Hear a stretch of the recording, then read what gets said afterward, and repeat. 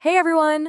All right, today we are going to tackle one of those words that trips up everybody learning Spanish. I'm talking about the verb to take. So, let me just ask you right off the bat.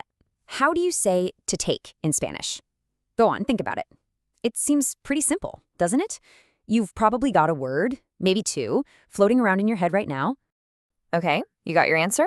Well, here's the twist. The answer is you don't. Yep, you heard me. There is no single, perfect one-to-one translation for to take. And honestly, that's what makes it so tricky. But once you get it, it's actually kind of cool. All right, so let's dive into why this word is such a headache. We're going to break this whole thing down into a really simple logical system that'll make it all make sense. Okay, here is the absolute core idea. You have to stop trying to translate the word take. Seriously. Instead, you need to think about the action. What are you actually doing? Are you taking something in, like a drink? Are you taking something somewhere, like a package to the post office? Are you taking something out, like the trash? Or are you just taking hold of something? This little mindset shift, it changes everything. Okay, let's jump in with our first big comparison. The difference between taking something in for yourself versus taking it somewhere else. And for this, we've got two main players, two absolute powerhouse verbs, tomar and llevar. Now, tomar is all about taking something for yourself. Think of it as consuming, grabbing, receiving. But llevar, that's your transportation verb.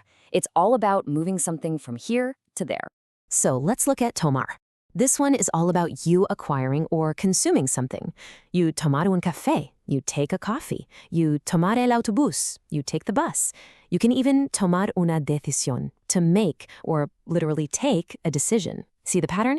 In all of these, the action ends with you. You're the one receiving or doing the taking for yourself. And then we have llevar. This one is the complete opposite in a way.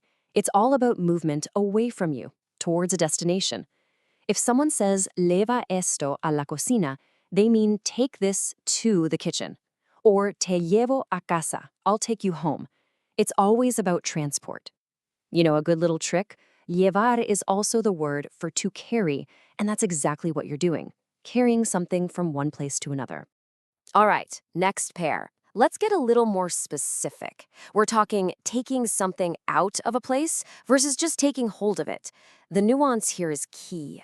So for this, we've got sacar and coger. Sacar is pretty clean. It's about removing, extracting, think to take out. Coger is more like to grab or to catch. But, and you're going to want to listen closely here, there is a massive catch with the word coger that you absolutely have to know about. But first, sacar. This one's your friend. It's pretty straightforward. It's always about taking something out of something else. You sacar el dinero from the ATM. You sacar la basura. You take out the trash. And this one's cool. You sacar una foto. To take a photo. You're literally extracting an image from the world around you. It's the verb of removal. Simple. Okay, now for coger. Let's start with where it's totally fine to use. If you're in Spain, you'll hear this word all the time. It just means to take, to grab, to pick up.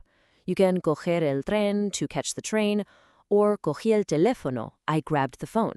In Spain, no problem at all. Seems easy enough, right?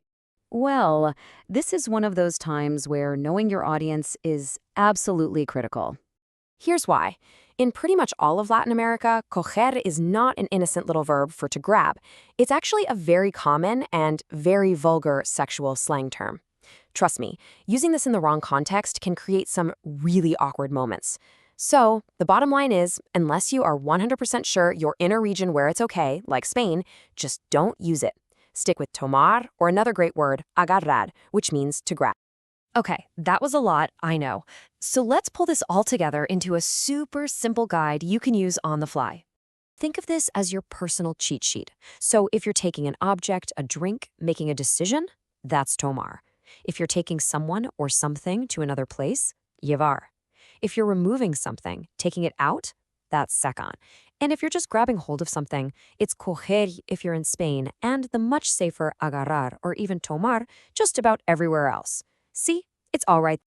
And now for the big aha moment. Let's put it all into one sentence. Check this out. I took the book from the table. Tomé el libro. I took it to my room. Lo llevé. I took out a pen. Saqué un bolígrafo. To take notes. para tomar apuntes. Did you catch that? 4 uses of take in English and 4 completely different, totally logical verbs in Spanish. Once you see it like this, it just clicks.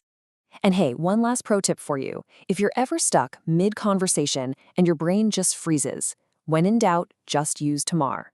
It's like your Swiss Army knife. It might not be the perfect tool for the job every single time, but people will almost always understand what you mean. It's your safest bet. So, the main takeaway here? You don't have to be afraid of the word take anymore. It's not about memorizing random translations. It's about thinking in these simple categories of action. And now you know how to do it. So, what do you say? Are you ready to go out there and take on your next Spanish conversation?